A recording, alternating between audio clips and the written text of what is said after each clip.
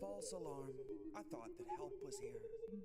But it was my own reassurance bouncing around 100,000 times in my own ecosphere. If every time you speak you keep it off the record, consequently you can keep your record clear. And if you mute the speech that shakes your frail beliefs, you only seek to insulate your image and continue down the stream in the direction clout and credit steers. Directly from your mouth into am I the asshole Reddit's ears. Directly back into the greasy pockets of some Gates Foundation financiers. And then directly back into the frantic final thoughts of early trial Neuralink volunteers, staring at the numb and mumbling vacancies where recently had been their peers. Half of whom are glitching with the memory stuck on pause, and half have zero fucking clue just who they are or why they're here. It's been said that fear is all we have to fear, but that was back before the basosphere condenser came along, distilling concentrated fear that's diamond pure, crystal clear, oppressor strong, and woven into every single article you read and song they let you hear. And then Elon heard that Jeff enhanced our fears by 86%, and he said, hold my beer. And not a single sheep among the herd would turn their head or say a word, cause they were all too busy begging for the shears, begging for the muzzle, happy just to guzzle, feed, and watch a screen for all their years. Man, to each his own, can't afford a home, but they'll let you have your cozy little ecosphere, where there among your own devices you can break the seventh seal, overthrow the oracles, and slay the seer. All the tomes were burned and all the lips were seared. Shut your eyes and all our lives just disappear. Now blink 'em twice. Welcome to your ecosphere.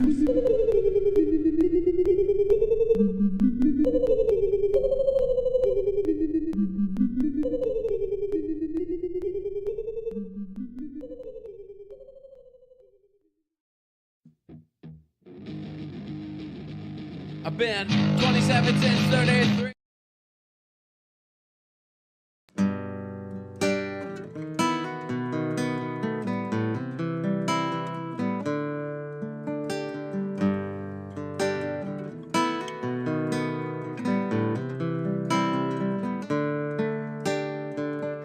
They'll gladly pay you by the hour for a minute or so, so you can sign off on the towers where they'll piss on your home. And if you feel like you're just powerless to answer them no, it's 'cause you are.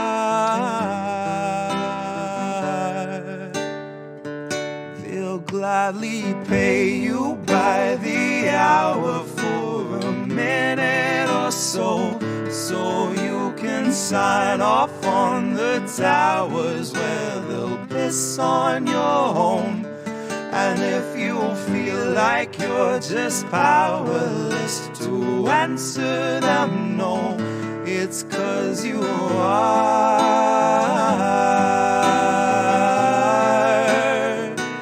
It's 'cause you are.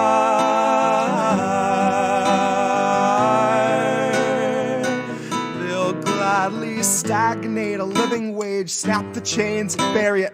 Labor slaves in rusty cages dragged behind a chariot, led by Mr. Racial Jungle, Joseph R. Iscariot, fighting over scraps as they barrage us all with variants and BuzzFeed clickbait, straight until we're paralyzed, trying to distract us from the concentration camps that Joe had swore he'd close but only chose to amplify, where they got 50-something kids in cages made for 5 to occupy.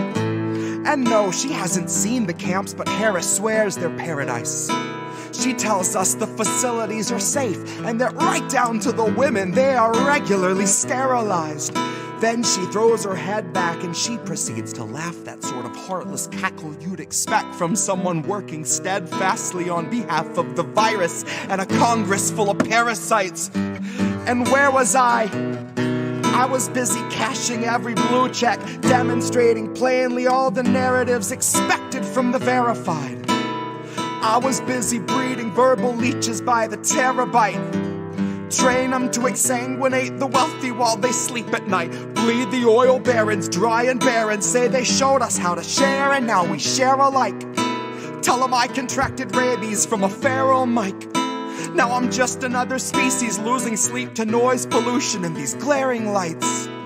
Forced to change its habits and adapt to just survive. But now it's safe to say that some of us are thriving in the moment, throwing shit on presidential homes beneath the Paris skies. So if you feel like you're just powerless, I guess you bought the lie. But I can tell they're petrified of our collective might, 'cause I can hear those gentrifiers weeping at the sight of our collective rights. And I only can imagine the intensifying fear of knowing revolution's near. And all that's left to do is simply wallow in the thick anticipation of a rabid bite.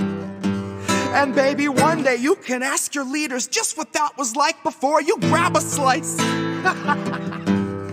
So if you think you're powerless, allow me now to change your mind.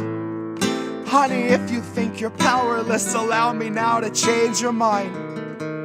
See, they'll pay you hourly, tax them each apart, and build a shining tower out of loopholes and cards, and tell you that you're powerless to keep you in the dark because you aren't, because we aren't. You see, they'll pay you hourly, tax them each apart, and make you build a shining tower out of loopholes and cards, where they'll tell you that you're powerless to keep you in the dark because you aren't, because we aren't.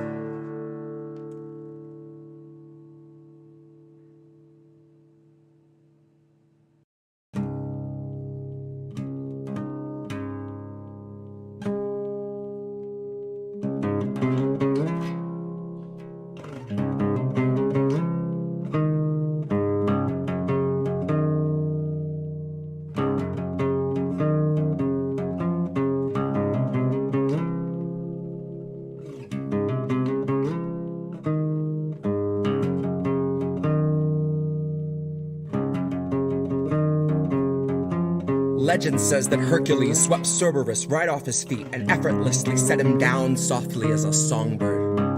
Atlas kept the world upon his back and every day wondered whether he could stand it any longer. And Tara Reade came out to say the man they tried to label the messiah of morality was really just another rapist. And I don't intend to hesitate when asked who was the stronger. Tara, like Assange, knew that carrying the truth would be the hardest labor. Tara knew that her assailant wasn't gonna make us any safer, and knew he's just the type of man to hand a decent foreign leader US printed walking papers, and knew he'd be relentless and aggressive in the war he'd wage upon her very character, that his attempts to weaken and degrade and embarrass her would be her only compensation. But I strongly doubt that anyone could ever have foreseen the stream of hate that came from quote-unquote progressives and the self-styled titans of survivor advocation. So if you really think there's something to be gained out of sharing your pain with the world, you are sorely mistaken. The Biden team just dragged their feet addressing Tara's allegations. Until they had a decent list of smears, then they aired them out on every station. And it turns out no one wants to hear the truth of who they praised as being worthy of such bloated liberal celebration. That no one wants to really know the person they've so valiantly defended, even when it meant they had to gloat and shit all over someone braver than they'd be if given the occasion.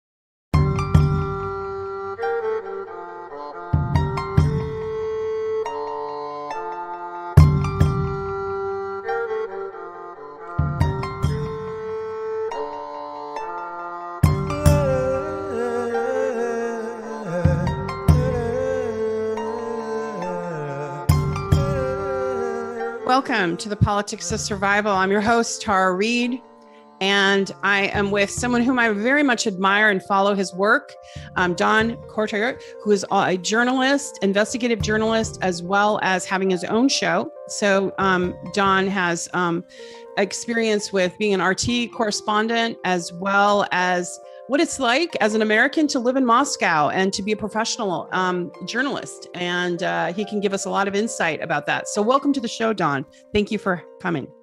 Thanks a lot for having me, Tara. It's a pleasure to be here. Great, great. So you have a show and I got to be on it last week. Can you tell everyone, and I see the logo behind you there, can you tell our audience a little bit about your show and a little bit about you and how you made the transition from America to Moscow, Russia? Sure. Well, I'll start with me since I made my journey before I started this YouTube channel. But I basically studied Russian and history in university. I have a dual major, one in Russian language and literature and the other in history, with a focus on actually the fall of the Soviet Union. I was always, since a young age, actually, I think when I was 13, I really started getting into anti-imperialist theories, into Marxism and all this stuff. So that has always been an inspiration of my life as long as I've been an adult. That's why I chose to study Russian. I wanted to understand the history of the USSR from the socialist perspective. And after I graduated, I didn't really know what I wanted to do. I just thought, what am I going to do with an education like that in the US? So I thought I'd move to Russia and improve my level of Russian here by being immersed in the culture and everything. Eventually, I ran into some people that were associated with Russia Today, and they just, saw something in me, and they offered me a job to train for several months to become a correspondent.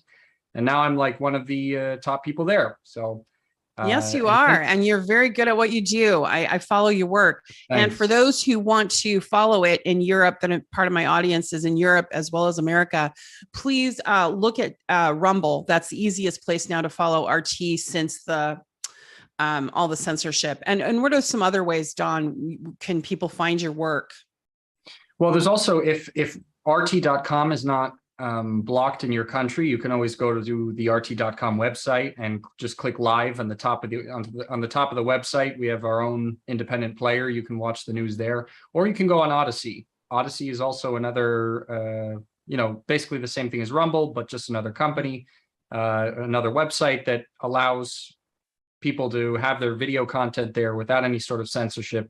My channel is also there just in case, because, people like me are getting blocked and permanently banned left and right on YouTube.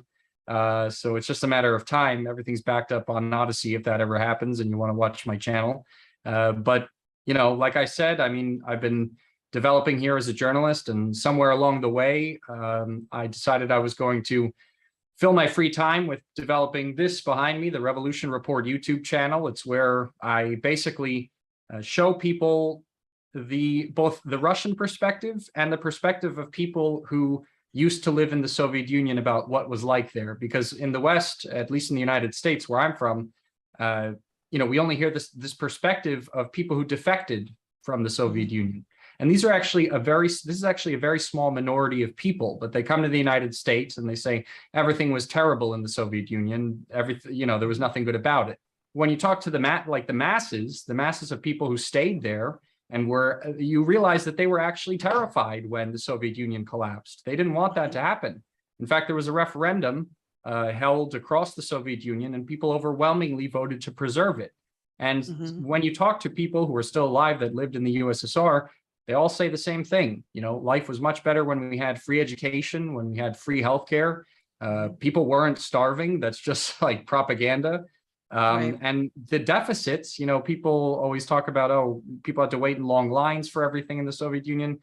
That stuff's completely overblown when you talk to people who actually lived in it. So I wanted to let's parse through that, because some of our audience is quite young, so they don't really remember the fall of the Soviet Union, because some of that did happen, but it was happening when Western forces were kind of stealing from the coffers of Russia before Vladimir Putin became president. So could you clarify sort of the timeline of when things did get difficult in the Soviet Union for people that might not know? Yeah, definitely. So I would say it all kind of started from this period that is typically understood as the era of stagnation, which is the early 80s, the end of the Brezhnev period, when immediately when Gorbachev came to power. They call it the era of stagnation because the Soviet economy wasn't doing as well as it was in years prior. A lot of that has to do with the lowering of the global oil price that the Soviet economy heavily relied on to make money from abroad. But also there were real structural issues in the Soviet Union that needed restructuring, and that's no doubt the case. But there were different people that had different ideas of how to restructure things, and the people that wanted to go down the socialist path basically lost a power struggle. And Gorbachev came to power promising that socialism would be reformed by basically opening up free markets. And when that happened throughout the late 1980s, we started seeing the highest rate of deficits, the most shortages. That's the Soviet Union that the defectors remember. This time period towards the end when everyone was waiting in line for like basic necessities, which is because Gorbachev began this privatization of the economy. He started opening up a market economy, and the corruption that needed to be dealt with in Soviet society, that was a real problem. It needed to be reformed. It basically turned into a situation where these corrupt politicians that weren't dealt with were taking resources from the state economy and selling them on the black markets and making money and becoming the new capitalists. And that's why when people started going to, supermarkets that were run by the state, there were shortages all over the place. That eventually translated into the fall of the Soviet Union, where in the 90s, those people took over and it was just even worse than the early 90s and the late 80s when when the Soviet Union was going down that path. It was only after Vladimir Putin came to power in the early 2000s that he really put an end to that. And why? Because he took the mechanism of the state, and he actually put the oligarchs that existed in line. He gave them an ultimatum. He said, you either follow the rules that we're going to lay down now, which are not, are entirely in your favor, because we have to make sure that society develops correctly, or hit the road. And a lot of people hit the road, and or were forced out, like Bill Browder, who was an American anyway, American oligarch. Yeah, exactly. Who was getting away with tax fraud and like basically all of the rest of the capitalists at that time, because it was just generally accepted. And that's something that under Putin changed. So these capitalists that didn't get with the picture, the state came after them. And now they're like the most anti-Russian government people in the West, shouting from all the way over there. But, what did the average Russian person get from this? It was a beneficial situation. Their living standards have significantly improved since then. Well, in my view, which was informed by things that I read, through Chomsky and other people like yourself that were actually there observing changes, or in Chomsky's case, he was here, but he was observing changes happening. Vladimir Putin created a middle class. There was no middle class at that time. Would you say that's about right? Yeah. Yeah, definitely. I mean, of course, Russia's still a capitalist country with its own problems, but it definitely is a lot more stable, and there's a much bigger middle class than there was in the 1990s. And Don, I wanted to point this out, that a lot of Americans are so uneducated about Russia that they still think it's communist. And so like sometimes in conversations in threads, I will remind people, Russia's communist. They'll say, Russia's capitalist. It's not communist, because they'll be saying, it's communist and it's this and that, but it's not. However, there is what I like that I've seen with Russia is this, and you and I kind of had this talk about this, is where it is in capitalism, there are still programs like childcare, like benefits for people that are having, need parental leave. There's pensions, there's medical care, there's education for people that need it. And, Vladimir Putin even gave, there was a surplus recently, and he gave that by upping the pensions and upping benefits for people. You don't see that in the United States. I mean, what is your view on that? Yeah, definitely. I mean, that's I would say that's a combination of the fact that they have this Soviet legacy that was left behind, and the fact that and that's tied into the fact that the Communist Party in the Russian Federation is still one of the most powerful political forces in the country. It's the second largest political party in the entire country, second only to United Russia, which is at least informally the party of Vladimir Putin, or the party that openly supports him the most. And on the other hand, it has to do with the fact that, you know, Russia's kind of new to capitalism in a sense. I mean, obviously, it was capitalist before the USSR, but those times were pretty irrelevant by the time the USSR collapsed. And so the stage they're kind of in is not the stage of capitalist development that we see in the West of like monopoly capitalism, of degradation of society.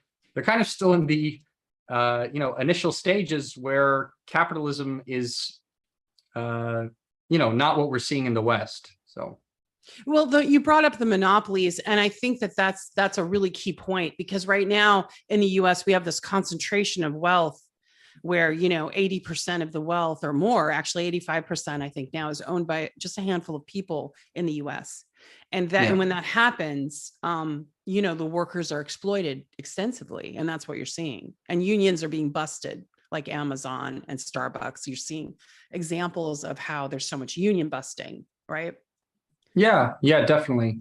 I mean, you know, also here, of course, all over the world, there's a lot to be desired when it comes to unions and union organizing. But, you know, one thing that we could say about Russia, and this is something also I mentioned in our other interview on the Revolution Report YouTube channel, is that the way I see Russian society, the way I see the administration that rules over it, it's what I called basically a Bonapartist situation.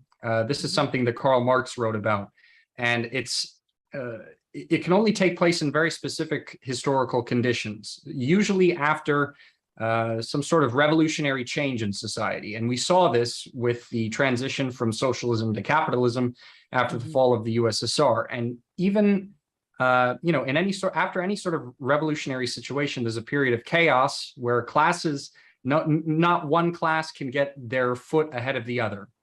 And eventually, sometimes when this goes on for too long, you get some sort of strong man or someone related to the state bureaucracy that existed before this revolutionary period that was not done away with. And they actually come to power in the state apparatus. And although the society is capitalist, it's not traditional in the sense that the capitalists are telling the state what they have to do, you know, because they're supposed to represent their own interests. We have the reverse, the way I see it in Russia, where the oligarchs, they do exist. There's a capitalist class, but it is actually accountable to the state bureaucracy. Right. Because of that, they can't do whatever they want.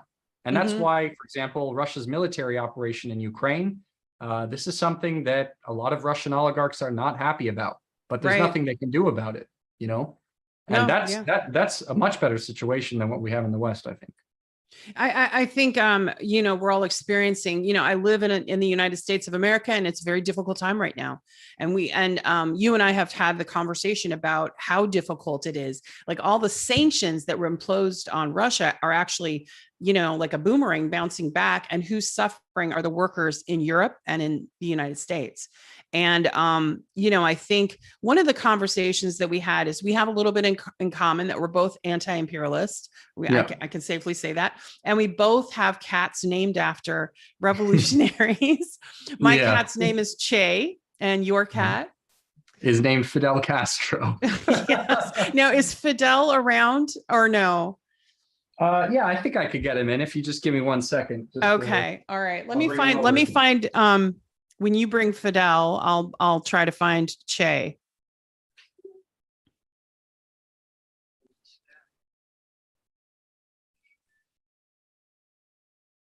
So right now, audience, we have Don Cortez from bringing. I found him. Here he is, introducing Fidel. Oh my God, he's adorable. Can I see his face? Can we see his face? Yeah, here he is. He's very happy to be here. He's actually, oh yes, he's gorgeous. Look at that man. Oh, look at that kitty, man kitty. He's got the. All right, hold on, and I'll get Che. Dog. Hold on one second. Cool. You and talk about capitalism while I'm gone. Yeah, of course. He was actually waiting to get in here this whole time, but yeah. Yeah, there you go. Hold on. I think it's pretty funny that, you know, we didn't even know each other when we got our cats at separate places in the world, and she named it Che Guevara and mine Fidel Castro. But yeah, this guy, he's very personable. He's got kind of the soul of a dog. He doesn't really act like a normal cat. Okay. I picked him up at the shelter, and it was just love at first sight, to be honest. And had him ever since. He's a very good companion. Here is Che. And Che and Fidel Castro are meeting, and they haven't met since 1955. Yeah, it's been a long time. Yeah, but they're in solidarity. Yep. Che actually was the rescue as well. Oh yeah. Yeah, he was a bottle baby. He lost his mom. So, oh, look at Fidel's very. Yeah. All right. It's great well, having cats. So it is funny that, we didn't know each other really. And then we both discovered that we had our kitties named after revolutionaries. Out of all the communist revolutionaries that there were. There you have it. There you have it. Well, I wanted to kind of do something lighthearted because it's been a rough weekend. For me personally, I had some family stuff. My daughter was ill and her fiance just got COVID. And so it was a rough. Yeah, we started out with this great celebration. We were going to do a celebration, and then it went well on Friday, but then she was quite ill and had to go to the hospital. She's okay now, but thank goodness. Yeah, but it's been and then all the news that came forward, and I wanted to give you my condolences for your friend and your colleague, Daria Dugan. Thank you very much. That was so shocking. And I was wondering if you could, Reef, if you could put up Alexander Dugan, who was her father, his statement for the audience to see. But Daria, for those of you who may not know, was a victim of a assassination by the SBU. Allegedly, that's what's come out from the FSB from their investigation. They've said that it was Ukraine SBU, that there was a car bomb. So if you want to talk a little bit more about this, Don, because you actually did a report on it. So.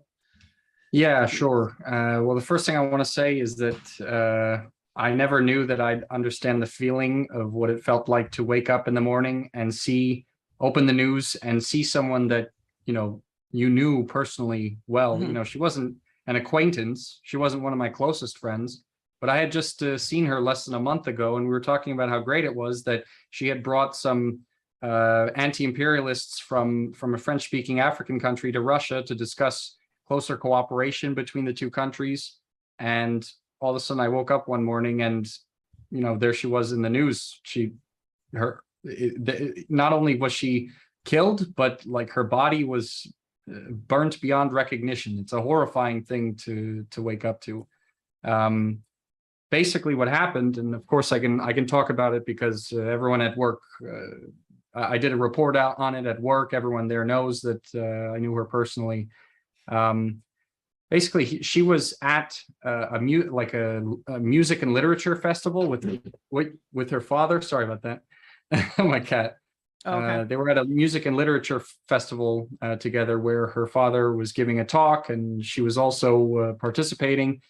And at the very last moment, her dad decided to take a different car rather than the one he usually drives around, which everyone knows is his. And Daria decided that she was going to drive to wherever she wanted to drive. I guess I'm assuming home in this car that Alexander Dugan, her father, usually drives in. And it turns out there was a bomb planted under the driver's side of that car, which is what ended up killing her. Now, today, the official investigation from the FSB came out, and they identified the assassins. It was actually a 43-year-old woman named Natalia Vovk, who was a Ukrainian citizen. And there are, I don't know if this has been confirmed yet, but there are documents circulating around the internet that are allegedly hers. And if they are, then that would mean, if they can be connected back to this person, then that would mean that she was an agent of the Ukrainian Secret Services, which the FSB has already independently verified, and a member of the Azov neo-Nazi battalion. And when I looked at this information, it looked pretty clear to me that these documents were legit. And it's possible that they were already verified earlier today or in the last hour or whatever. But They talked about how they brought a car, a Mini Cooper. They drove a Mini Cooper into the Russian Federation with Donetsk People's Republic plates. They drove around Moscow with Kazakhstan plates. They left, fled to Estonia with Ukrainian plates. This is all caught on video in different places of the country. And I forgot to explain the other person involved in this. This woman brought her 12-year-old daughter. That her 12-year-old daughter is in the FSB report. And it's believed that she actually helped carry out this terrorist attack. Oh my goodness. So like and of course, Ukraine has not confirmed or denied involvement in this, but this is what it does all the time, even when it shells Russian territory. It's very clear that it was Ukrainian secret services. And I think it shows just the sheer desperation they're in right now, that they have to. I mean, for what purpose did they want to kill Alexander Dugan? He's not a political, he's not important to the proper functioning of the Russian political system. He's not a general, he's not a soldier. He's a philosopher and a political commentator. It's clear that Kiev is carrying out terrorist attacks to intimidate people who are ideologically motivated to oppose what Kiev's doing. And that's exactly who Alexander Dugan is, and that's exactly who Daria was. She was also a journalist and a political analyst that worked very hard. I mean, and a highly educated philosopher herself. Yeah, highly educated. She spoke many languages, and of course, we didn't agree on everything. But the main thing we agreed on was that U.S. imperialism had to go. You know, and she did great work. It's terrible. It's a terrible loss. I'm really sorry for your loss. And it's astounding the way the Western media is already, you probably haven't even seen it because it just came out, but the Guardian's already calling the FSB report misinformation. So they're denying it. But that's the Guardian, who works closely with MI6, and that was exposed by the Gray Zone recently, and it's abhorrent.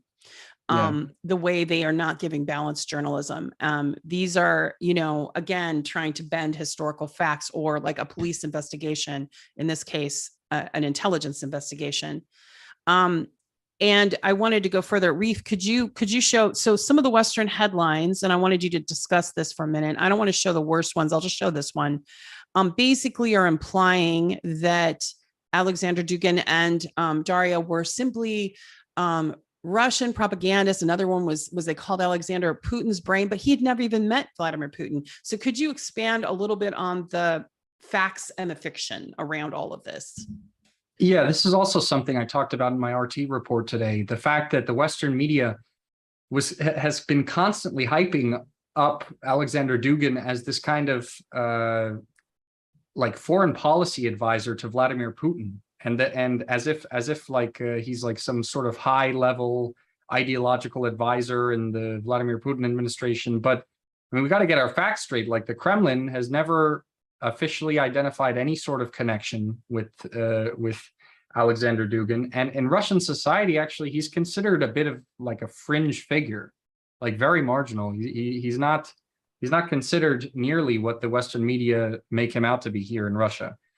He's kind of like a Rush Limbaugh, to compare it to in the US. Would you say that? Like kind of like that? Yeah. Like, he's a little bit, he's obviously more educated and intelligent. I mean, the man is very educated philosopher, but Yeah, he's got a large voice in the circle of intellectuals in Russia, but he's not in any way connected with the Russian government. And these accusations that they're fascists are even more ridiculous. This is like projecting. This is some stuff that Ukrainians that say the Azov battalion is not neo-Nazi say, Oh, I know. And like, for instance, we mentioned the Guardian, they actually got caught airbrushing off the Nazi symbols of the Azov battalion from photos and got caught. Or excuse me, that was the BBC. The BBC got caught doing that. Yeah. Not the Guardian. Sorry. Following their narrative. What? Following their narrative. They have to make I mean, if it doesn't fit their narrative, they make it fit, right? Yeah. And or they'll blur out the picture of Stephen Bandera behind some of these spokespeople from Ukraine. When it's obvious. And then Vogue magazine did an article trying to rehabilitate Stephen Bandera, which was mind-blowing. It's unbelievable. And said that he wasn't a Nazi when I mean, again, it's the Western, which is really frightening. And I think the Roman Empire tried to do this as well. They try to write their own history. And that's, thinkers like Howard Zinn, Chomsky and others push back against this, like with books like The People's History. And I think that's kind of how I viewed Alexander Dugan. He was pushing back on misperceptions in history as well. And you can find his anti-fascist videos right online. If you look up his name, he talks against fascism. You can see that, right?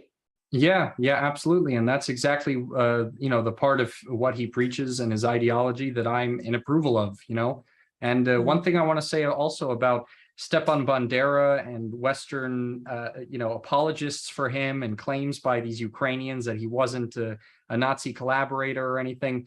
I just want to say something that that I heard from a museum curator and a historian when I went to Donbass and went to one of the main museums in the Lugansk People's Republic about their history of the Great Patriotic War. And he put it in very simple terms that nobody can argue with. There were no recorded battles between the Nazis and Stepan Bandera's groups. There were no recorded battles between them. And these Ukrainian nationalists try to say that they actually fought against the Nazis. They didn't. All of the battles fought with partisans are recorded between Nazis and communists. And those communists came in like over 90% from Donbass. So. Thank you, because a lot of people just have the history muddled, and purposefully it's being muddled by the West. Again, it's to shape this narrative to justify this proxy war the US and NATO's fighting against Russia via Ukraine. Yeah. And I think that the narrative has been quickly falling apart because of tragedies that you've seen in the Donbass region that are being, war crimes that Ukraine is committing, and you can't deny it. And even Amnesty International has called out, of course they backtrack, but then now they've, they were saying they were trying to soften the language or something, but it happened. Like you can't soften the language around that. Right? Of course not. I don't understand, like you're saying. I mean, it's becoming so difficult for them to try and gloss over the crimes that the Ukrainian government is committing right now. I mean, even if you watch the mainstream media and you buy the idea that the Ukrainians are not the ones endangering the Zaporozhye atomic station right now, even though the regional authorities there said we need to stop these Ukrainian positions from firing on a nuclear power station to avoid another Chernobyl. Even if you buy that, it's just impossible to deny the fact that Ukraine is turning parts of Donetsk, People's Republic, and specifically the capital of Donetsk, into minefields. There's just no denying that they're shooting cluster munitions at areas that have no military targets in them, heavily populated with civilians. They're shooting cluster munitions that are dropping butterfly mines all over the place. And already scores and tons of people have been injured there. And these mines, they're banned by international law. Yes. They're banned because, and Ukraine was even supposed to have destroyed all of their pedal mines. They said that they did years ago. And the reason for that is because these mines are not even intended to kill people. They're intended to blow their legs off. They're intended to maim them in completely inhumane ways without killing them. And that is what the Ukrainians are doing to the Donbass people right now. And this truth is so hard to get heard because RT is completely banned in Europe. And then, of course, censored in the US. And, journalists like Patrick Lancaster, Wyatt Reade, yourself, Ava Bartlett, who brought a lot of attention to the butterfly mines and was there and filmed it, are getting intimidated, harassed, threats on their life, demonetized. I think because you're in Moscow, I don't know how much of that you're receiving as far as backlash, but, Patrick Lancaster, for instance, had his whole family threatened by Ukrainian military. And of course, Ava Bartlett has, as well as Anna Lipp, who's a German journalist who now has been threatened with prison for her reporting in that region. So what are you finding as far as the reporting goes, as far as the truth coming out, do you feel like it's getting out there a little bit more, or do you still feel the frustration of the suppression and censorship? I still feel the frustration of it, to be honest. I mean, I got threats just like that as well at the beginning of the military operation, when it was at the forefront of the Western media. They were all anonymous threats, but, you know, I had people sending me threats. They sent me the names of my parents and their address, threatening me to go do something to them. My website, the Revolution Report website, there were like hundreds of hacking attempts on it. Thank goodness we had like a protection software there. But this has generally calmed down as of late. And I think the reason for that is part of the mainstream media strategy to give Ukraine a little bit less attention than it was getting before, especially because there's a rift developing between Ukraine and the United States, and not just them, but also Ukraine and Poland, Ukraine and Germany, for all different historical reasons, for political decisions that Zelensky is deciding to make, because Zelensky seems like he's willing to go kamikaze. Like he's willing to like just fight down to the very last person and have a nuclear war if that's what it takes. And the West is like apprehensive about that. Obviously, you know, they feel like they unleashed Pandora's box. This is what's going on behind the scenes, and we can kind of see that also between in friction that's developing publicly. Like, for example, Polish officials have been saying that recently stuff that Ukraine is eventually going to have to admit that it committed genocide against the Polish people in World War II. Like, that's a bit random, you know, considering all this talk about being against Russia. We saw Ukraine's former ambassador defending Stepan Bandera in Germany and getting so much backlash from obviously the West, not inside Ukraine itself, but they were pressured so hard that they had to expel him. They had to dismiss him. There was also there were other instances that just aren't coming to my head right now, but we're seeing the cracks in this Western alliance. And it's because they're getting desperate. Western sanctions have fallen flat on their face. They've hurt, like you said, they've hurt the working people of the West, and the rich are just getting richer. In the US, in Russia, it's the opposite. The workers have benefited from the fact that the ruble has strengthened significantly in relation to the dollar. That means that normal Russians, you know, even though their salary has not changed, have a stronger currency for use abroad.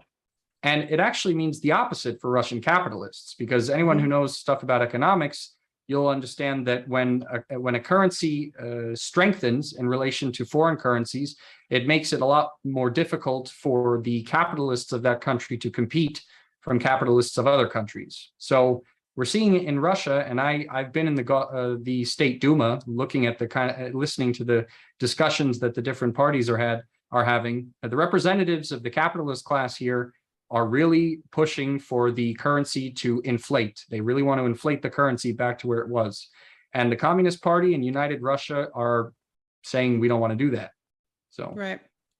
You know, it's interesting that you brought all that up, because I remember in 2018 I had written a piece that got used against me later that complimented Vladimir Putin. But what I did is, because, you know, I have family members, my brother is almost a black belt in jiu-jitsu, and martial arts is an interesting way of thinking. It's not just a sport, but it's actually a way of approaching things.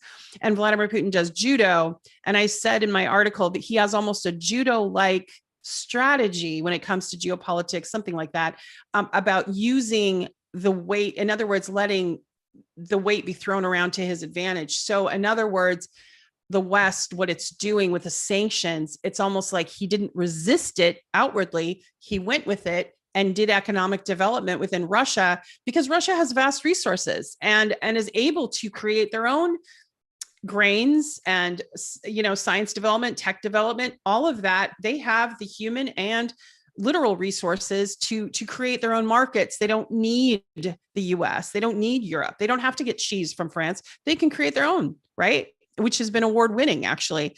And my point is that it kind of translates to movements. movements are looking at this. Yes, there's a place for marching in the streets and you make that noise, but there's more long-term benefits from development within your communities.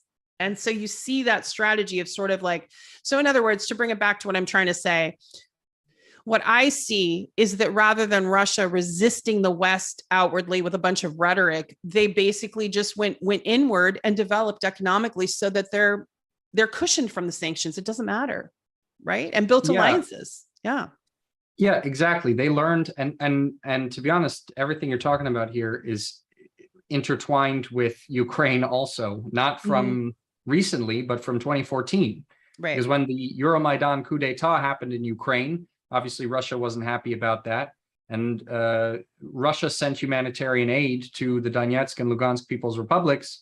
And, you know, although Russia didn't say that these People's Republics, that we recognize them as independent, they were trying to help them because they were Russians there and they were fighting, you know, a war of liberation. And that got the West to put serious sanctions on Russia, which at that point, the economy was seriously tied into the Western financial system, in which there are only, you know, one class of winners, the Western financiers. And that created a terrible economic crisis in Russia. And after that, the Putin administration realized that the only way they can prevent that from happening again is if they're independent of the US dollar, independent of Western financial markets. And basically from then up until now, there's been a change. There's been an attempt towards cutting down significantly dollar reserves, paying off the country's foreign debts, running a surplus to a budgetary surplus to accomplish that, and buying up as much gold as possible, because gold is really the international currency that basically guarantees independence, financial independence, because gold everyone accepts, you know. And this is something that precisely why Western sanctions backfired so terribly this time, because they prepared for it. And at the same time, they developed their domestic industries as well. I mean, Russia now has the largest grain harvests in its history. It's the world, I'm pretty sure it's the world's largest exporter of grain. China's the largest producer of grain, and Russia is the world's largest exporter of grain. So that's why, you know, whatever food problems, global food problems happen, which of course Russia's done everything it can to prevent from happening, it's not going to hurt Russia, and it's not going to hurt the US either. And the US knows that. It's going to hurt Europe. And it's like Washington doesn't care. It's going to hurt Europe, it's going to hurt Africa, it's going to hurt Latin America, all these places that Europe really, Washington really doesn't seem to care that much about. No. Well, and to go to what you were saying before in the show that I was on with you, and then also actually Vladimir Putin himself talked about, is the multipolar world versus the West forcing the unipolar world. This proxy war is about economics. It's really about the West trying to cling to power, almost like the Roman Empire. So could you talk a little bit about how, because you're in Russia, in Moscow, visualize, you can see for yourself the alliances being built, you know, and the different initiatives that are happening. Could you explain the multipolar world to the audience that may not be familiar with that vernacular? Yeah, definitely. And if anyone wants to learn more about it, I made a video about it on my YouTube channel. You can also check that out. But it's really something fascinating to witness happen before your very eyes. Basically, you know, when we talk about unipolarity, this is the world order that existed after World War II. The United States was ruling the roost. I mean, basically the entire world was destroyed by the chaos of World War II, except for the United States. If I remember correctly, the United States at the end of World War II had over 60% of the entire wealth in the entire world. And so that legacy has continued. And of course, we're not talking about the socialist world here, but inside the world capitalist system, because of course there was the Soviet Union and China. But inside the capitalist world, the United States ruled the roost. It was at the top of that world. And after the fall of the Soviet Union, it just basically significantly expanded that that power behind what we call the unipolar world order, which is led by Washington. It's got its, you know, essentially vassal states in Western Europe that do whatever it says. And we're seeing an end to that because of what's happening in Ukraine. And to be honest, the West did it to itself, because if it did not launch this unprecedented level of sanctions against Russia, which, by the way, Russia is now the most sanctioned country in the world. It's more sanctioned than North Korea. Even more than Cuba? Yeah. It's more sanctioned than Cuba. It's more sanctioned than North Korea. It's more sanctioned than Iran. And yet it's doing amazingly in comparison to these other countries that are sanctioned by Western imperialism. And so by launching these sanctions, they've really created the situation for themselves.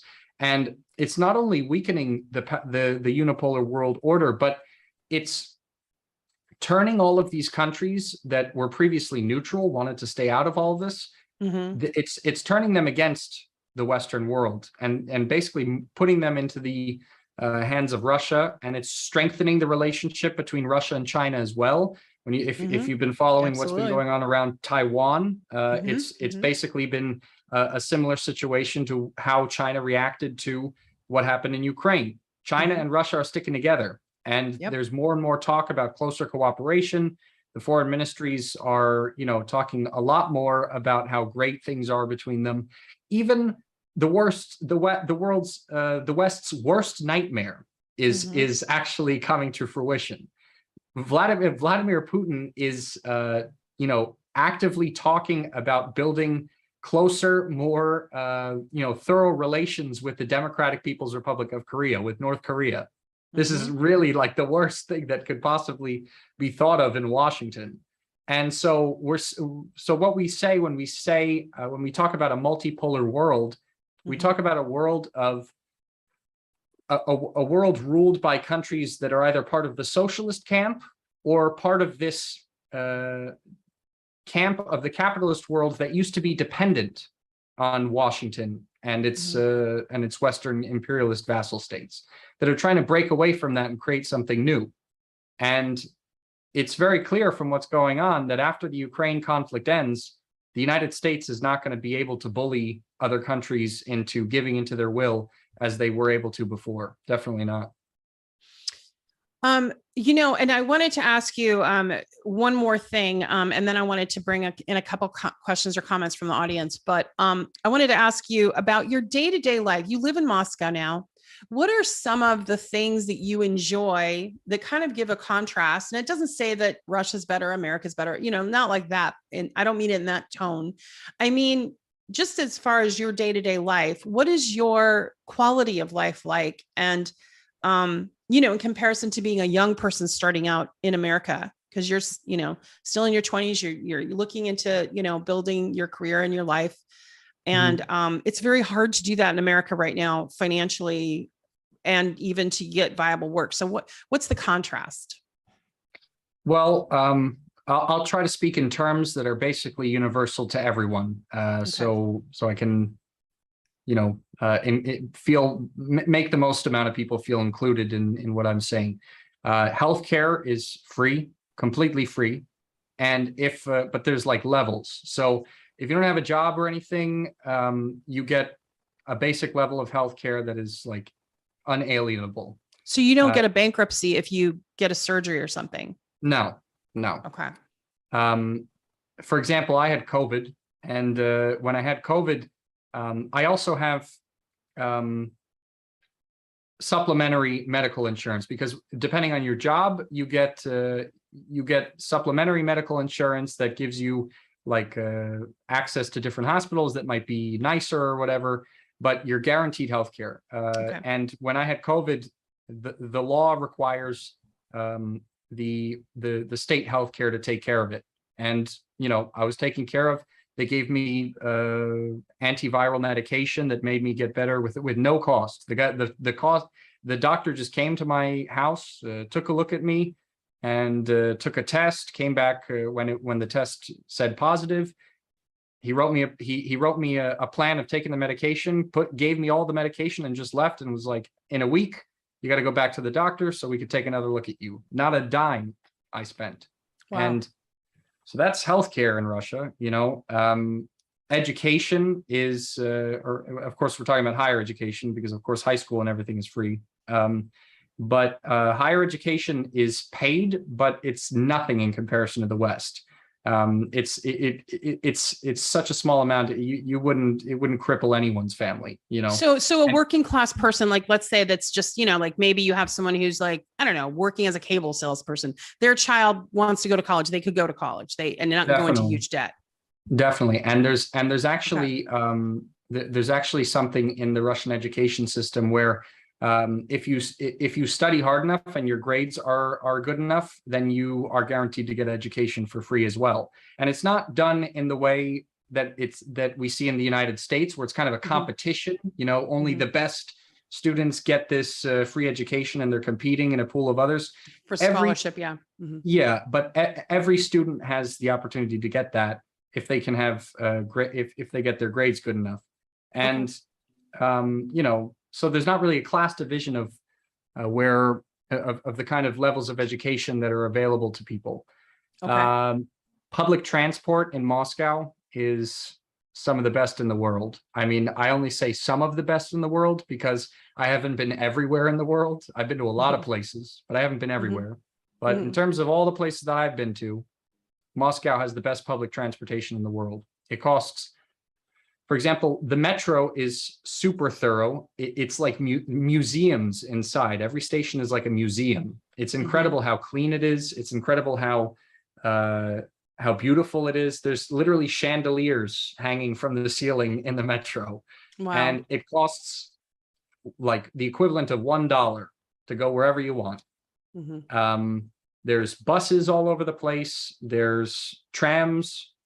If you need to get somewhere, public transport will take you that way. That's why, I could afford a car, and I really like cars. I used to have a car in New Jersey when I lived there, but I always remember it was just such a pain in the butt in terms of how much you had to pay for insurance and registration and all this stuff. And then if something breaks, you have to go to the mechanic and spend like just as much money as you spend on the car just to repair it. Right. And here in Moscow, I could just, I would never get a car. There's just no reason for me to have it. No reason to sit in traffic or do any of that. Yeah. Yeah, the traffic's horrible. That's all. And what about the food in the restaurants and things like that? Oh, it's awesome. I love World class? I love Russian food. Yeah, I love Russian food, like borscht and all that stuff. But you could also get like American food here. It's actually funny. There's like American styled diners in Russia. Like our food is basically like exotic to them. So they have stuff like called Beverly Hills Diner, and that's funny. And the aesthetic is like red booths with checkered tile floors, and everyone's dressed like it's the 1950s, and there's like Elvis statues, and you can get like a burger and fries or milkshakes and stuff like that.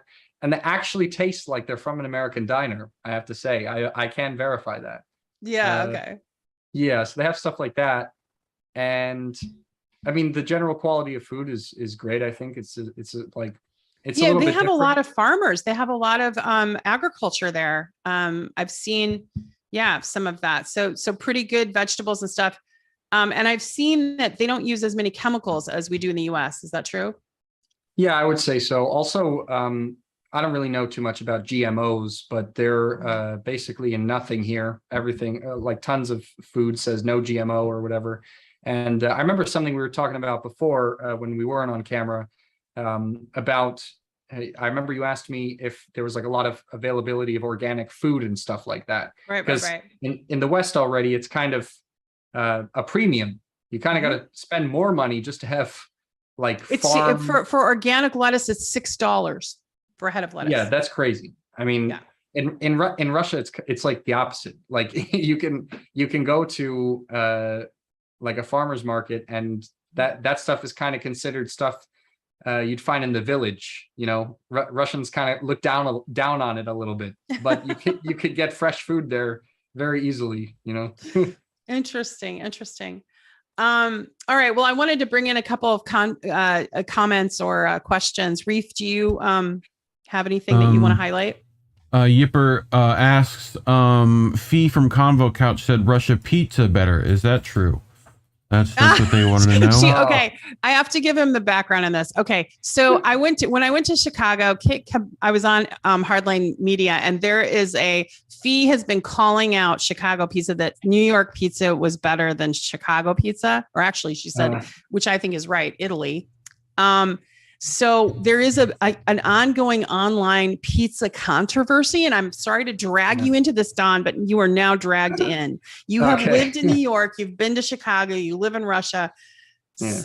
Let's put a pin in the pizza controversy and get Fee to stop talking smack. Who has the best pizza? All right.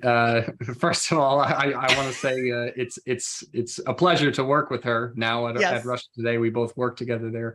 But I have to say, as someone who comes from New York, we have the best pizza in the world. There's nowhere where there's better pizza. Not even in Italy, I have to say. Well, Hardlines Media, I was there at their studios. They gave me some deep dish. It was phenomenal. I've had thin crust, which is very different in New York, and that's very good too. But so I've never been to Moscow. So now Fee says Moscow has some great pizza. What is your thought on that?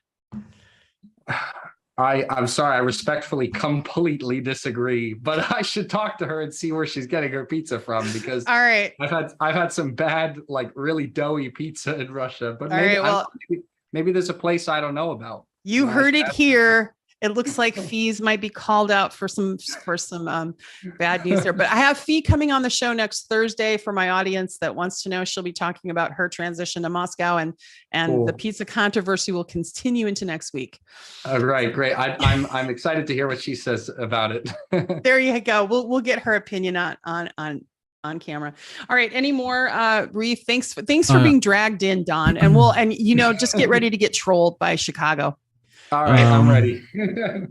So they're asking, Alexander isn't a close ally of Putin, as the Western narrative is saying. A lot of people, they're hearing this over and over. This is on every single headline. Can you address it one more time, please?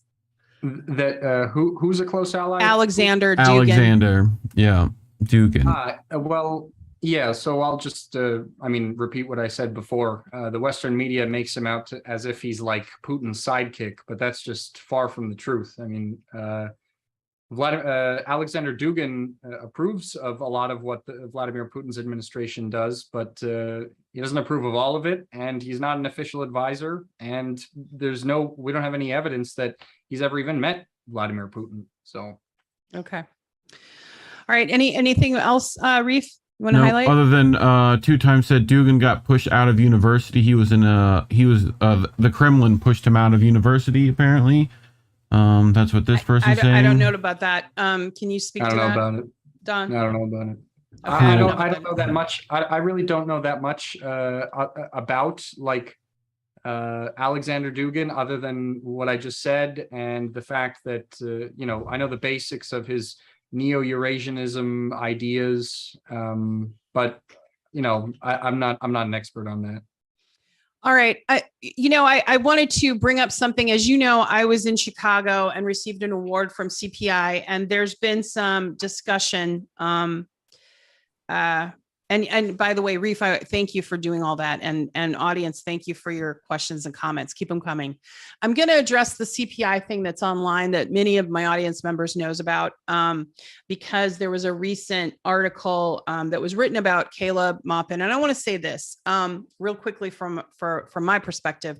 I have interacted with Caleb as a professional. I contributed op-eds to RT and knew him to be of RT. And we have talked about those kinds of things. We've talked about anti-imperialism. We have a lot of the same views.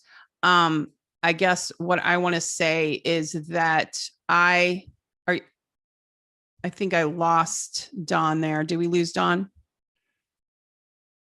Camera. Yeah, Don, could you get your camera back on? Yeah, can you hear me now? Yeah, I can hear you. I just couldn't see you. There you are. It went out again. So you work on that while I Okay, so what I wanted to say is this. Many of you know that I came forward about Joe Biden. I went through protocol in 1993. I did not go public for a long time. I don't want people tweeting at me, contacting me, and trying to equate situations that have nothing to do with this situation. First of all, I was given an award by CPI and reached out to by Caleb, who has always been a professional. And my interactions with him have always been professional, positive. He's a colleague. He's been very empathetic about the hits that I took online and my life being basically decimated for coming forward. And I appreciate that. 2 nights before I was to go to the conference, I was woken up by midnight by someone I don't even know who was telling me not to go to the conference. And it came to my attention that people didn't want me speaking at the conference and wanted the conference shut down. So I'm looking at this in a different way. I'm examining this article that came out, really vilifying Caleb in many ways. Critically, I'm looking at it critically because I know that there was a very concerted attempt to silence and disavow this organization. And so I want a more nuanced conversation about what's really gone on in the future. Right now, I just don't know, but I do know that my interactions with Caleb were very positive, professional, and all wrapped around talking about anti-imperialism. And that's the space that I want to be in. I really am not interested in people's personal life. I don't know anything about Caleb's personal life at all, and nor do I was very disgusted to see some of the comments and some of the things that were posted online. So I just want to say that much. And Don, I wanted to ask you, I'm going to post right here, Reef, if you could post up Caleb's official response thus far. Since this has all happened, of course, CPI has been dissolved. But this was his statement for the audience to read. The only statement he's made publicly. I've had very few conversations, but when I have had them, he was very forthcoming and very, very direct. So I appreciate his directness. So Don, could you please say whatever it is that you feel comfortable saying about CPI and this situation? Mm-hmm. Well, like you, I don't really want to get too much into, the personal aspects of this and whatnot. All I want to say is that, Caleb did engage to a certain degree in misconduct, and he admitted that he needs, some sort of therapy, and I believe people can change. And, he was expelled from the organization because of that. But what we should really be looking at here is how this all came about, because there were rumors going around for weeks that there was something going on behind the scenes. Not because people cared about this misconduct, but because people were there was some sort of concerted effort going on to destroy this organization. I mean, we have to understand, this came like after the video of the Chicago conference went viral. It got over 5 million or 6 million views. CPI was rapidly getting more attention. And Newsweek, it was in Newsweek, yeah. It was in Newsweek. It was being published in mainstream publications. Of course, they were trying to kill the organization by giving it negative attention. But this stuff, it was very timely that stuff came out at the same time. And then, of course, Vosh and all these bread tubers came to pick apart the pieces when stuff began to become very chaotic. But it just seemed like something was organized behind the scenes, especially because, this article that was put out, it was mostly just an attack on his character about stuff that isn't anyone else's business connected to sex. Another thing is that there are things that I, as a member of CPI, can say are just.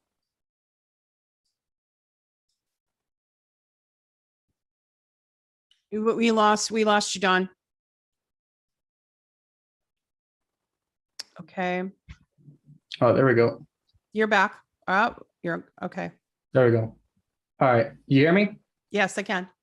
All right. Sorry about that. Anyway, what I wanted to say is that a lot of the original article, I can say was just not true because of my experience in the organization and being in the executive committee of it.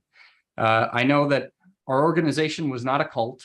It did not engage in cult cult tactics, and it also, Keaton didn't. Sorry, not Keaton. I wanted to talk a little bit about one of the people mentioned in this article, Keaton, who actually had a personal beef with Caleb, and also actually had a sort of romantic conflict of interest with this person in question. So this is a whole other story I don't want to get too much into, but okay. This is the person making the accusations that our organization was a cult, which it was not. It functioned in no way like a cult. And also, it has to be said that Caleb was not monetarily benefiting from this organization, as is claimed in this article. That's just not true at all. If this, I mean, this organization was costing people money, and if it was costing anyone money, it was definitely costing Caleb money. He was the one putting the most money into it. Yeah. So there's a lot. The majority of this article was really just nonsense, and it was a combination of nonsense and a sort of attempted character assassination by focusing on, unconventional sexual things that are none of anyone's business between consenting adults, and that's the key. Yeah. But there was a degree of misconduct that he admitted to, and he was expelled for it. And he's saying he's going to go to therapy, and that's that. But that should not result in the collapse of an entire anti-imperialist organization. You're right. I think, and just, so people know, I think that there'll be more discussions around this, but let's try to keep it to this, that people's personal lives can make them vulnerable to attacks, right? Because we're humans, and we engage in human behavior, and we make mistakes. And for instance, and I'll give a small for instance, one of the people that came forward about me telling them about what happened to me right after it happened, had their divorce and bankruptcy strewn across online publicly after they appeared as a witness. And these are tactics. Okay. So recognize the difference between tactics to smear someone's character and actual, whatever.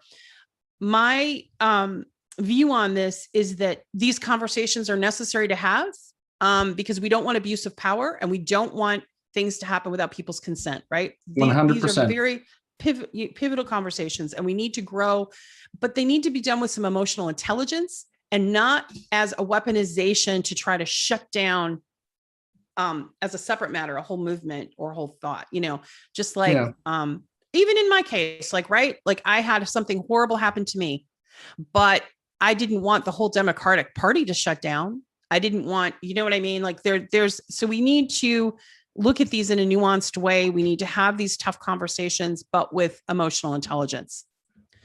And in that, what I want to say, Don, to you is I want to kind of pivot over to, in general, back to what we talked about earlier about attacks on journalists that are being really amplified right now, particularly by Ukrainian trolls. There's this troll site, and I'm trying to remember the name of it. I'm a target of theirs. It's a Ukraine military. They have a picture of a dog or something. Reef, do you know the name of it? No, it's a Ukraine thing. Oh, they are. Okay, so what? AFO, that was the acronym I was looking for.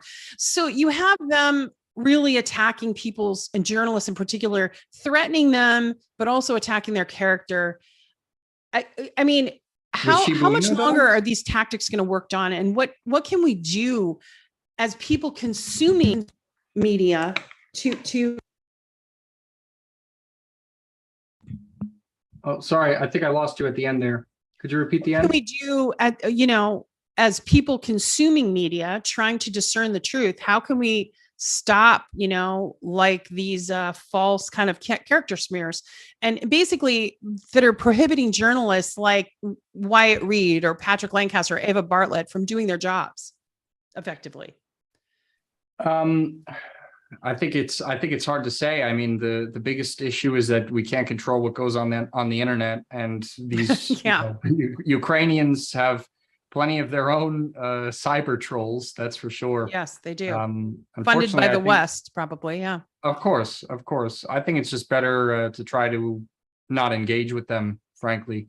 And this is why, I really don't like Twitter as a platform at all. I mean, I don't know how you guys feel about it, but I have it because I'm a journalist, and basically it's necessary to have it in this day and age. Same. But I hate it. I hate how the atmosphere there is so toxic. People just spend so much time there just spreading hate. I mean, for example, when Daria was killed, I made a post saying it's so horrible that my friend was killed, right.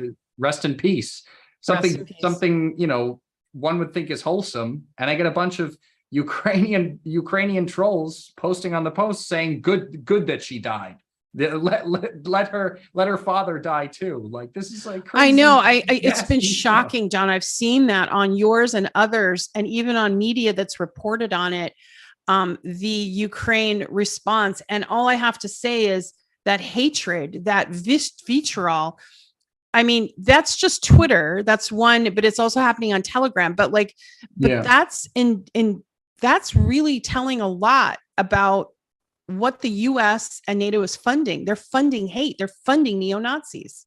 Yeah, and one thing I mentioned in my report at RT today was actually I specifically touched upon that point because recently the Ukrainian envoy to Kazakhstan posted a video on his Telegram saying that he thought that all Russians should be killed so that the children of Ukrainians don't have to do it. This is is normal rhetoric for officials.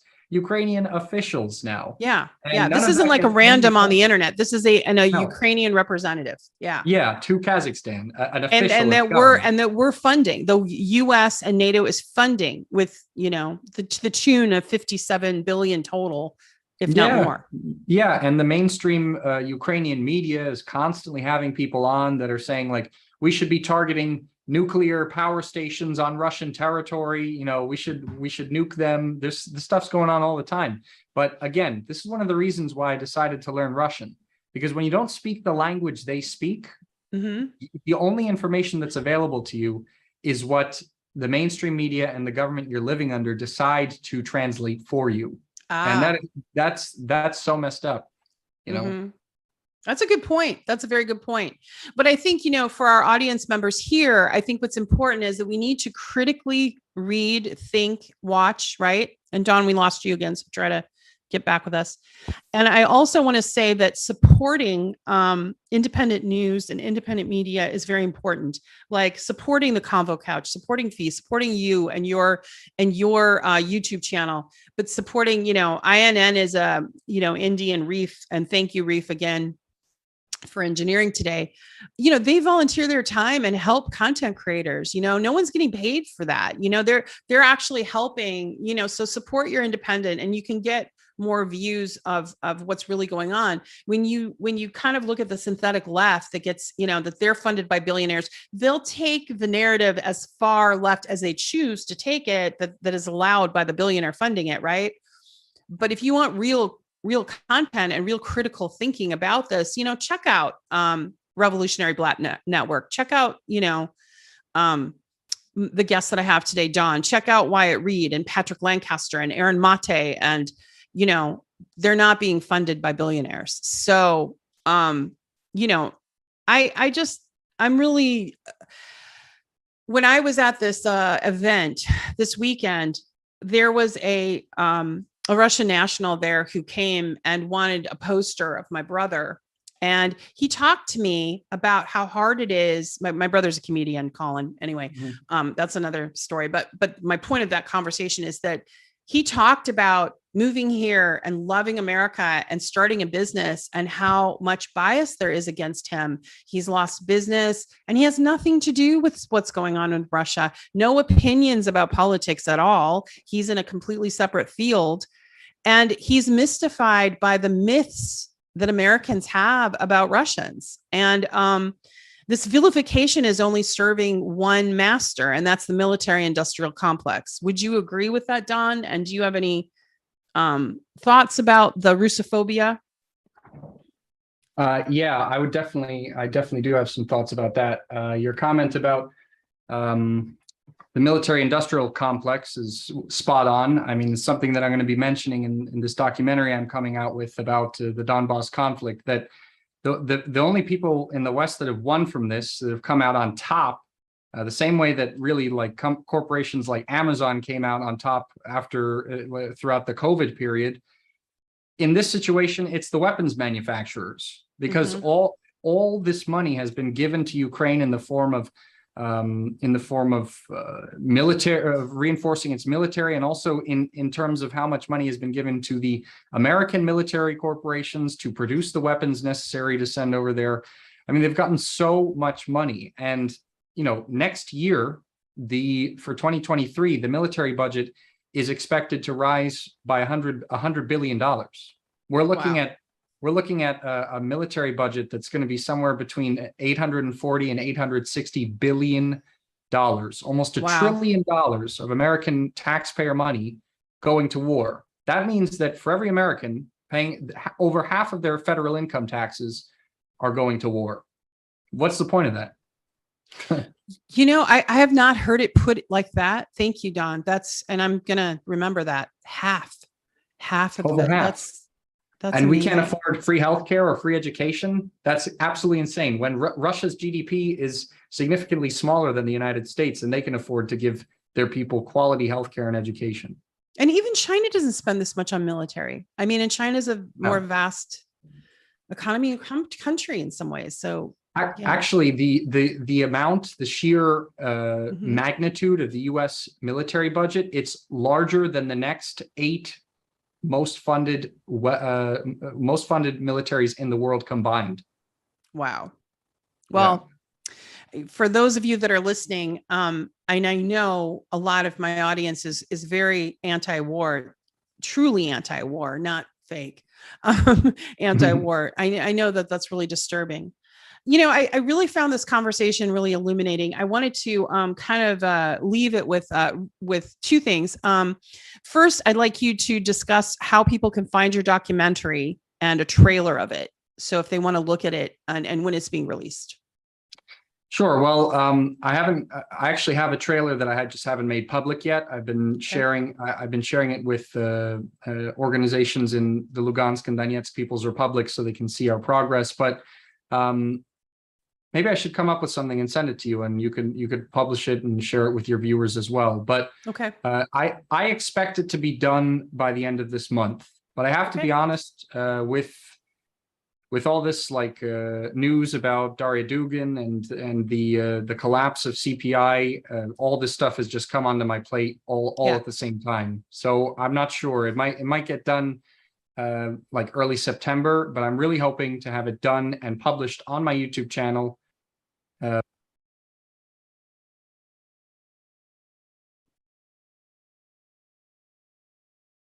We lost him for a second, but it looks like he's going to have it done and published soon.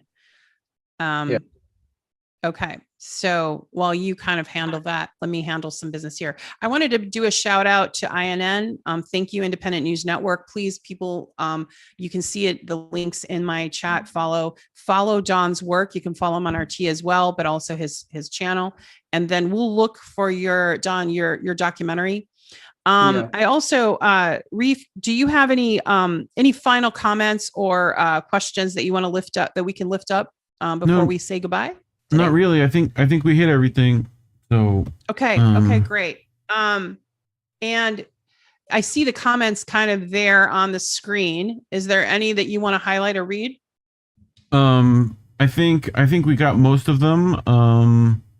people just listing like, you know, other places like Savvy Sabs to check out and the Bank Sisters and Hardlands and stuff like that. So I think everyone and those are all places. I'm glad you mentioned them by name, because Savvy Sabs is a great content creator. The Black Revolutionary Network, Hardlands Media, which, you know, is deep in the pizza controversy, as well as raising up other really important geopolitical and domestic issues. So check out their shows, because they have really in-depth analysis of things going on, not just pizza.